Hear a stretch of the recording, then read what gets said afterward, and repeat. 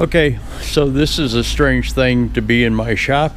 What I'm going to do is use this as the intro to the shop update. The first segment is going to be about that trailer recovery that I had to do the other side of Cleveland, and I'll bring you back and explain this thing to you. I'm in the shop. I'm trying to put together enough tools and equipment, materials, etc., to take to Cleveland to retrieve that trailer. I had talked about the trailer in the last shop update. I had gone to Cleveland under the impression that the only issue that there was a flat tire. Apparently the guy that owns the trailer didn't really look at it, but what happened is the casing wrapped around the axle and I couldn't get it out.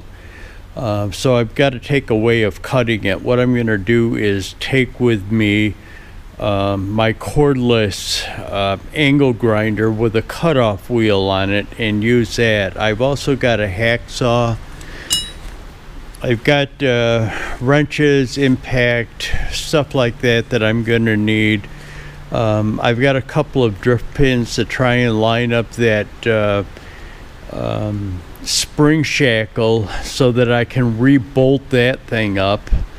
I've got to gonna have to take some electrical equipment with me, so I probably take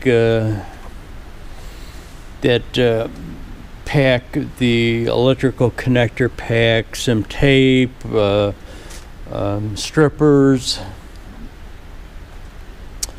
butt connectors, pliers, stuff like that. One of the things that I was supposed to do today is take another load of steel down to the Peace Bridge. Now what happened is I got up this morning and it was like 28, 29 degrees, and it started warming up, and the forecast shows it warming up to the mid 30s today. But what it is it's raining out, and it's like 32, 31, 32 degrees, and it's freezing. So I got confirmation that they were ready with that steel at the for the Peace Bridge. Hooked up the trailer, started out, and the guy called me and he says it's freezing rain up here and our forklift won't work. It's just skidding across the parking lot. We can't get any traction, so put it off for a while and we'll call you back if we can get things arranged. So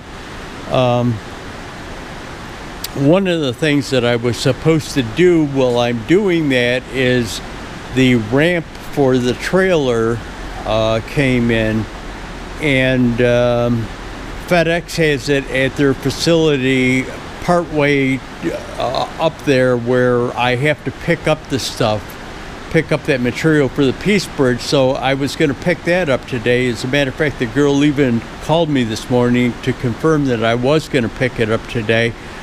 But I've either going to have to wait and see if the Peace Bridge steel is back on again so that I can pick that up, or I will have to get a hold of her and let her know that I'm not going to be able to get it today. I'd have to get it on Friday probably. So just kind of a shop update. It's one of those days where kind of nothing goes right according to plans. One of the other things that I was doing today, well, I couldn't get that steel for the Peace Bridge. I had some Romex left over for 10 gauge wire that I'm going to run over and put an outlet over by the haul truck so that I can plug the welder in over there. Now again, I had some, so I started running it out. I've still got to get some more. I just ran it over to the panel and left a big tail down below so that I had enough to get into the panel. I've got to get a breaker, another breaker. It's only single phase, 220 single phase, so just get another breaker. I can probably pick one up at one of the box stores, Home Depot or something like that. I think anything over 40 or 50 amps, they don't sell at the box store. Then I've got to go to an electrical supplier that deals, that's a Square D box, so I have to go to an electrical supplier if it's over 50 amps to get three-phase or higher amperage single-phase breakers for 220. But anyways, I just wanted to show that to you. I've got to go to a box store, pick up some connections anyway, so that I can, there's that LED light that I put in back there, and it's just wired into an extension cord, or an extension cord is plugged into it. What I've got to do is, I'm not sure if you're gonna be able to see it. Yeah, you can see it. There's an existing 8-foot fixture up there, 2-bulb fluorescent 8-foot fixture up there, and that's wired into a switch by the door, and it just covers, that switch just covers 2 fixtures. There's a fixture in the front and that fixture in the back.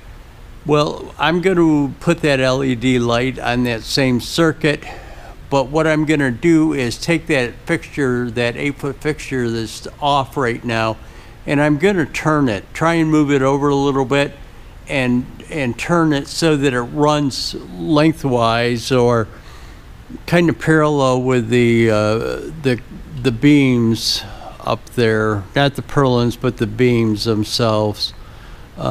Give me a little more light over here. It's always been lacking for light over here.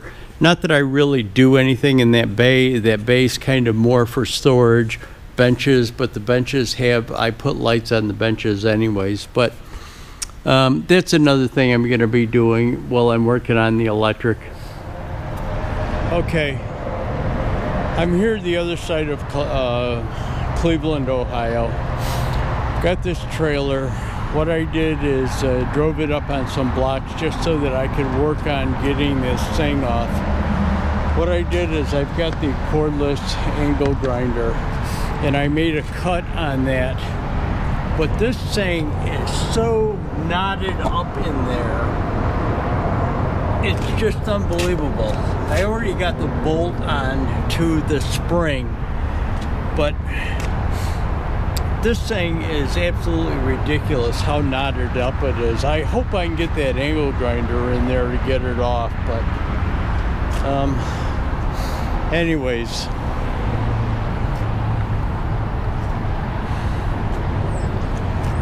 There it is. I haven't seen a tag on this trailer. I think it's, I gotta tell you, I really think it's overloaded, but we'll go from here. Okay, so I'm back to the shop after recovering, let's call it a trailer recovery, recovering that trailer from the other side of Cleveland, Ohio. What I did is I left that tire, the blown tire, and the rim with the trailer when I dropped it off to the guy. But I brought back this part that was wrapped around the axle. So this is the major part that I could cut off first. Man, that shit is sharp. This is the part that was wrapped around the axle and knotted. And man, I had a hell of a time getting this thing off. It was so bad that what I had to do, I couldn't get the knot undone. What I did is here and right here, I made relief cuts with that wheel, that cutoff wheel on the angle grinder, so that it would relax it enough that I could try and get it untangled from itself. But Man, what a job this thing was. It was a bitch.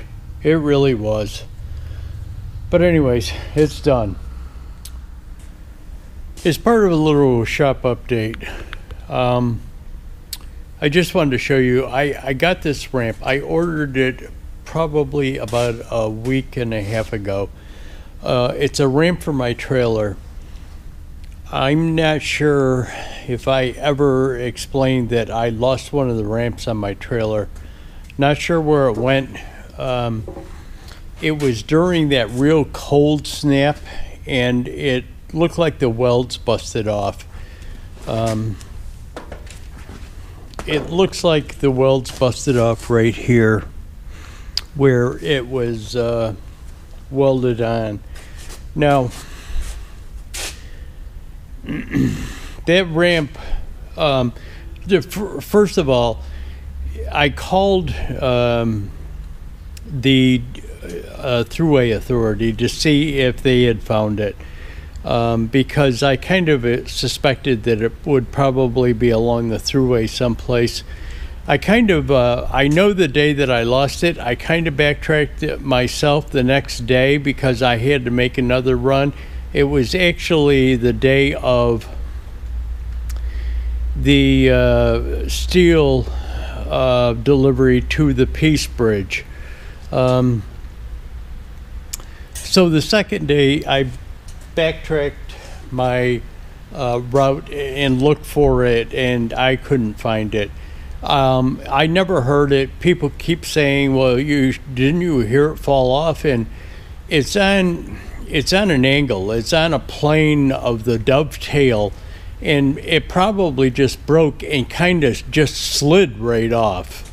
So I got another one from PJ Trailers. Went to their website. They had it listed on their website, and I just got it. I bought it from PJ Trailers. Now, the day it came FedEx, so the day that FedEx tried to deliver it, I wasn't here. I had made that run to Cleveland the first day of the trip to Cleveland to get that trailer, which I couldn't get, but that's the day that they tried to deliver it. So I actually had to go over to the FedEx facility and pick it up. But anyways, there it is. I'll show you the trailer. I'll bring the trailer into the shop when I go to put it on. But I'll show that to you in another part of the shop update. Okay, I'm in the shop. You're gonna have to excuse the compressor running in the background. My grandson is over sandblasting something, so just gonna have to bear with me with the noise. As you can see, I've got the trailer in the shop, PJ Trailer. What happened was I lost the ramp. I lost it on one of the hauls to the Peace Bridge. I got up the next morning to go up to get the second load. Got up there and noticed the ramp was gone. Now, I don't think I lost it on the way up there. Some people said to me, you didn't hear it fall off, and you wouldn't have heard it because of the dovetail. It's on an angle. The thing, once it broke, it would have just slid right off. I did call the Thruway Authority because my first contention was that it was lost on the Thruway. What happened is the welds broke. So, as you can see, I've got a new ramp for it. I got a hold of PJ Trailer, got a ramp for it, and brought it in here. But when I brought it in here, let me get that light.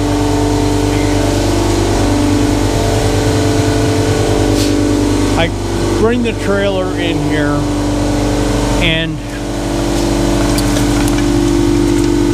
as you can see, the weld on the other side is broken too.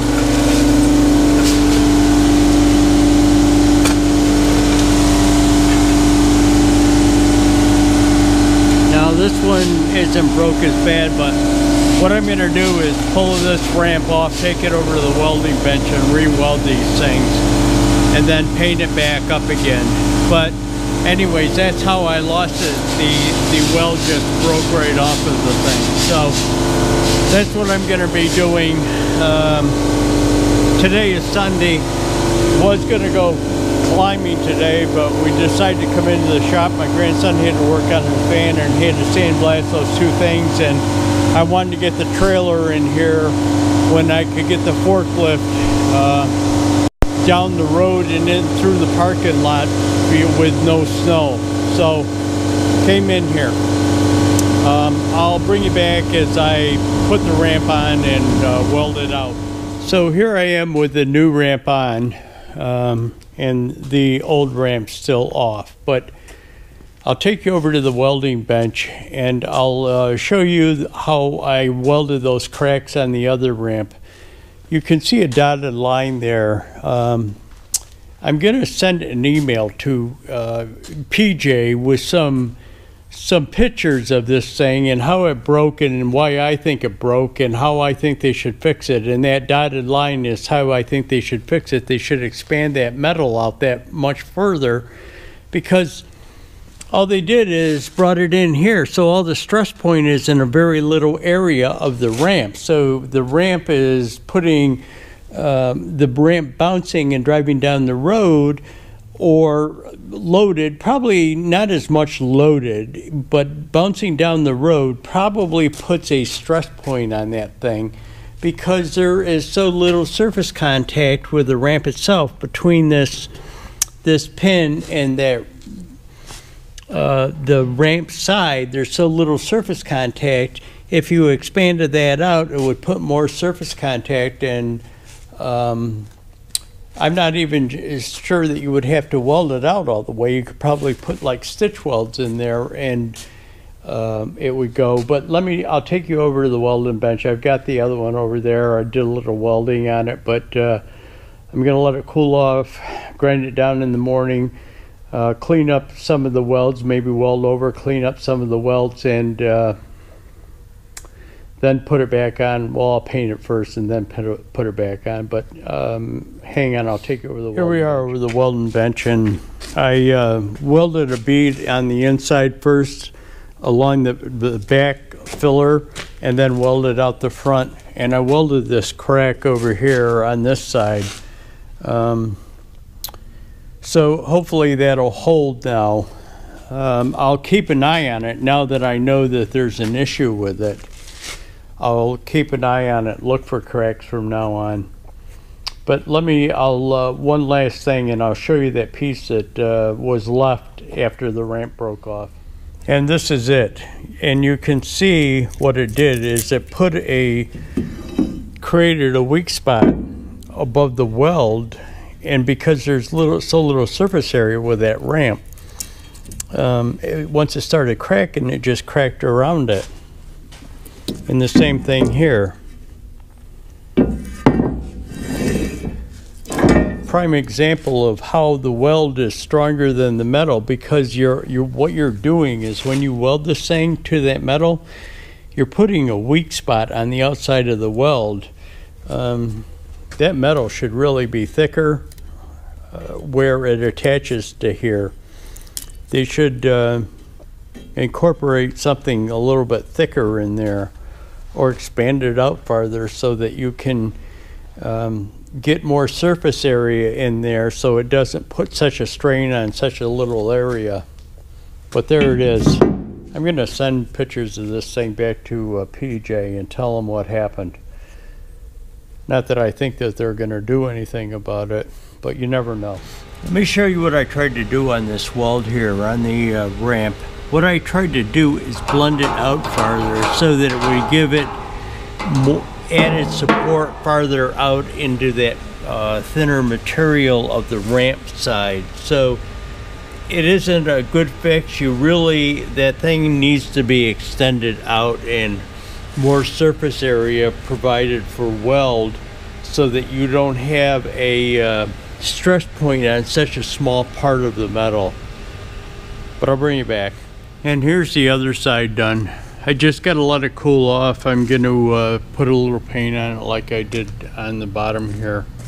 And get it back on the trailer. Need to clean the trailer up. Thing is pretty dirty, mud and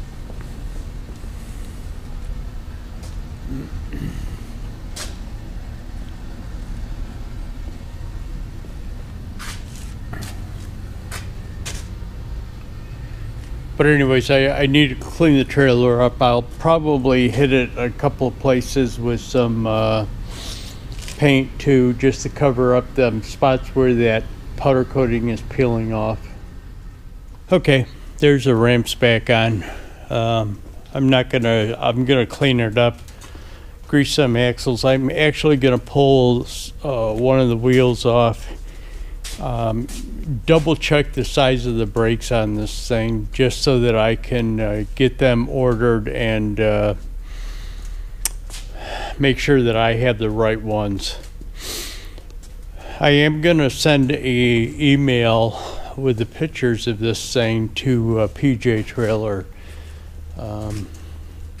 They really need to change that anchoring layout on the ramp.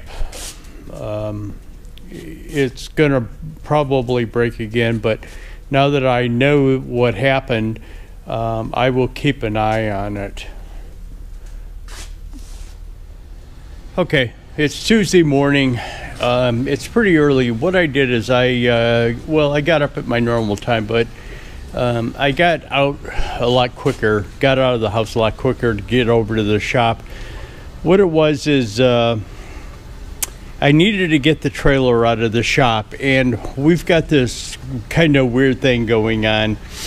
I would show it to you, but I'm not sure if the camera would pick it up. It's like 26, 27 degrees out, but it's kind of raining and it's freezing as soon as it hits. So what I did is got up early, got the forklift onto the trailer and got it out of the shop. Again, for those of you that don't know, I can't get my trailer into the shop in the front because of the snowbanks across the street, or even in the summertime because there's a grassed area across the street. The trailer truck combination is just too long to stretch out there. I'll show you this kind of weird thing that's going on, and I'm not really sure if you can see it, but it's raining and it's freezing as soon as it hits. But here's that thing about the length of the trailer. I can't get it out of there with the truck. It's just too long. By the time that if you turn before you hit that snowbank, what you're doing is pushing the trailer into the door. But anyways, it's out. I got the trailer down to where I needed to park it. Luckily, with that forklift doesn't have very good tires on it, and I was kind of surprised. I knew that I could get it down there with the weight of the trailer on it, but I was kind of skeptical of coming back. And there's a little pitch coming up to the door from the street, and it actually spun, but I was going fast enough that I could get it up to where the tires were on the concrete of the shop, so it stopped spinning. But anyways, I got it in here. The trailer, I got the ramps on as I had showed you. I ordered brakes for it, and they'll probably be in about a week. But there's at least one trip that I'm probably going to have to make before I get the brakes on. But anyway, I've still got brakes. I just want to get some new brake sets onto that trailer. There's one tire that I want to replace too.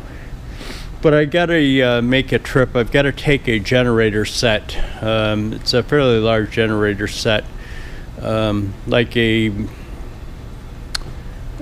plant small industrial complex or a small industrial space type generator where it's a fixed generator, stationary generator. I have to take that down to Louisville, Kentucky on Thursday. So anyways, truck in, what I did is just rinse it off, get the salt off of it. Notorious New York State salt. Okay, this Ford thing sitting in my shop. Right after I shot that last clip about taking the trailer out in the morning, I went with my grandson, got the trailer, went with my grandson over and picked this thing up. One of the guys that he works for owns this. He owns a bunch of these things, like 3 of them, different years. This is a 2007 Ford Expedition. The guy that owns this thing was going to scrap it. It was sitting in his driveway for the last year. Couldn't get it started. So my grandson said to him, instead of you scrapping it, let me take it over to the shop and see if we can get it started, and maybe we'll sell it and split the cost of it. So that's what we're doing. It had a bad starter on it. That's the first thing. We replaced the starter on it, but it still won't start. It doesn't seem like it's getting fuel, but then again, the pump, you can hear the pump working in the fuel tank. So we've got to get into it. I don't have a diagnostic tool. My grandson actually thinks it might have something to do with that key sensor thing for the ignition, but I'm not really sure of that. So anyways, so that's in my shop until he gets it fixed, and then there's a possibility he might not sell it. He might actually keep it for his wife. She kind of needs a new car or a different car. Thing that she's got now is a piece of junk. So if he can get this thing running and it runs good and works, everything works on it, and it's in better condition than the thing that she's got now, he might actually end up keeping it. But so I'm kind of shooting this the same day as the shop update. I'm going to head home for lunch. Then I've got to go out and pick up that generator set and head down to Kentucky first thing in the morning. So that's it for this shop update. Thanks for watching, guys. Hit that like button. Subscribe.